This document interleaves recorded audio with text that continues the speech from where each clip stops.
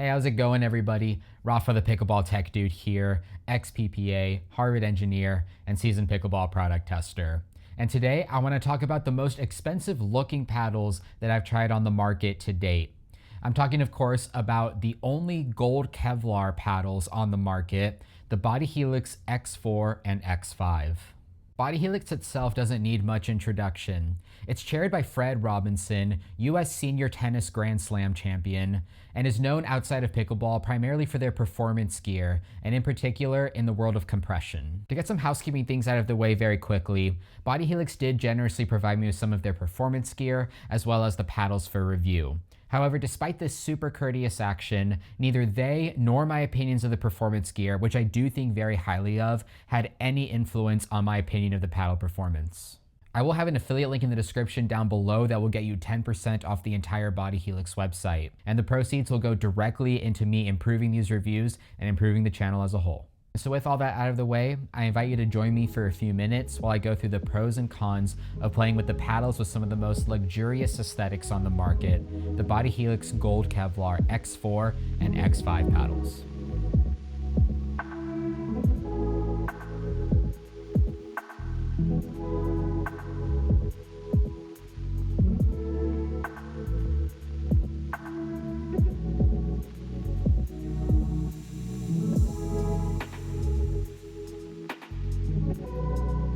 I do like to end things on a positive note, so let's go ahead and start with the cons of each, starting with the X4, which is the paddle that personally fits my game the most. One thing that'll stand out to you immediately about the X4 is that while it's marketed as a full Kevlar face paddle, that black branding on the sides and bottom is not Kevlar.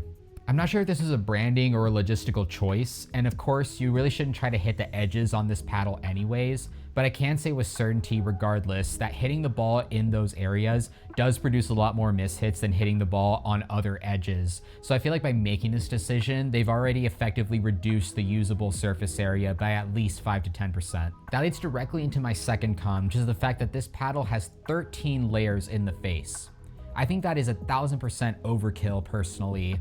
And in terms of what that means for performance, you get a lot more of a rigid ball feel with an unforgiving sweet spot around the edges. And of course, because that face can't flex in as much due to so many layers compacted there, you're losing a little bit of the power potential that you would have otherwise. And the last thing I'll comment here is that I generally like to have 5.5 inches of room for a two-handed backhand, and I like that for somebody with average size hands. This paddle certainly gets there by overwrapping past the 5.25 inch grip on paper. However, the neck taper is very thick, so I do find myself needing to put one finger along the back just to have comfortable room for both hands. And finally, looking briefly at the X5 here from a cons perspective, I feel like this paddle was definitely made more for a control player, and it's very difficult to fault a control-oriented Kevlar paddle nowadays. But if I'm being very nitpicky, the 6 layers in either face on this paddle are still definitely overkill.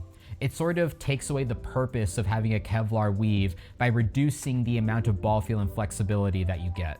Okay, so now that we've covered all of that, let's look into the pros of both of these paddles. Let's start off by stating the obvious, which is that both of these are very premium looking paddles.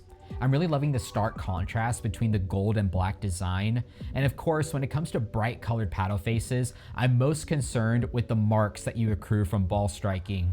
However, I'm very happy with how both of these held up in terms of aesthetics over my 12+ hours of play testing.